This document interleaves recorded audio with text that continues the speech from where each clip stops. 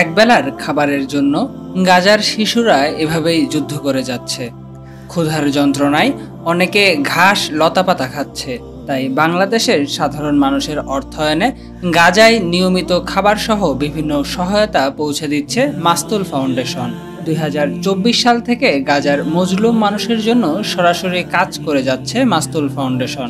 তাদের উদ্যোগে মিশর থেকে কয়েক দফায় পাঠানো হয়েছে লরি ভর্তি শুকনো খাবার, শিশু খাদ্য, জরুরি খাদ্য ও সহায়তা। রমজান জুড়ে গাজার ভেতরে কয়েকটি এলাকায় আয়োজন করা হয়েছে ইফতার ও খাবার বিতরণ কার্যক্রম। ফিলিস্তিনের আলবালাহ, মাওয়াসি, কারারা, রাফা সহ আরও কিছু স্থানে নিয়মিত রান্না, খাবার ও পানি বিতরণ করছে এই সংগঠনটি। প্রতিদিন 200 থেকে 250 জন মানুষের জন্য খাবার প্রস্তুত করা হয় এসব স্থানে, যা হয়তো একবেলা বেঁচে থাকার আশ্বাস হয়ে উঠছে কারোর জন্য। গাজায় মানুষ আজ ক্ষুধার অভাবে মাসের পর মাস থাকতে থাকতে অপুষ্টিজনিত রোগে ভুগছে। পৃথিবীর সবচেয়ে ভয়াবহ দুর্ভিক্ষ ভোগ করছে আমাদের মুসলিম ভাই বোনেরা।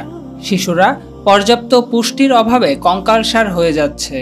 প্রতিবন্ধী হিসেবে জন্ম নিচ্ছে গাজার শিশুরা। খাদ্য নেই, পানি নেই, ওষুধ নেই। চিকিৎসার হাসপাতালগুলোও আজ ধ্বংসস্তূপ। গাজায় বিশুদ্ধ পানির অভাবে মানুষ রাস্তায় জমে থাকা কাদা পানি খেতে বাধ্য হচ্ছে। কতটা দুর্বিষহ জীবন হলে মানুষ বেঁচে থাকার জন্য এতটা কষ্ট করতে পারে? ক্ষুধার সাথে যুদ্ধ করতে করতে গাজাবাসী আজ ক্লান্ত। এই মানবিক বিপর্যয়ের মধ্যেই মাস্তুল ফাউন্ডেশনের 2 জন সাহসী স্বেচ্ছাসেবক শহীদ হয়েছেন, যারা জীবনের ঝুঁকি নিয়ে গাজায় ত্রাণ কার্যক্রমে ছিলেন। কিন্তু থেমে যায়নি তাদের প্রচেষ্টা।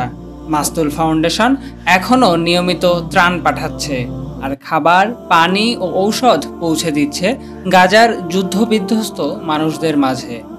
এই কার্যক্রম শুধু খাদ্য বিতরণ নয়, এর মাধ্যমে বাংলাদেশ থেকে সংগ্রহ করা দান, জাকাত, সাদাকার টাকাগুলো গাজার মানুষের জন্য রূপান্তরিত হচ্ছে বেঁচে থাকার সাহসে।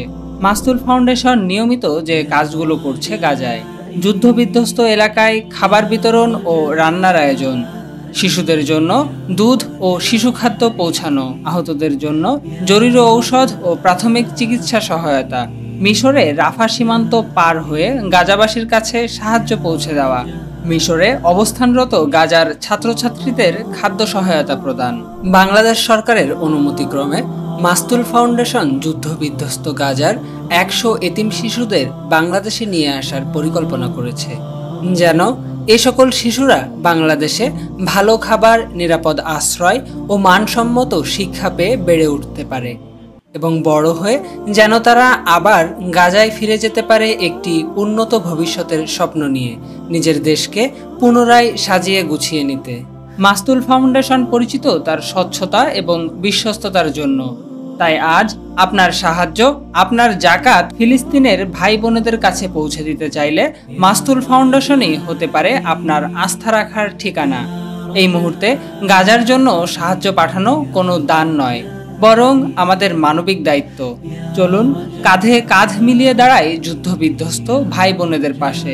আপনার ছোট্ট সহায়তা হয়ে উঠবে তাদের জীবনের আশার আলো।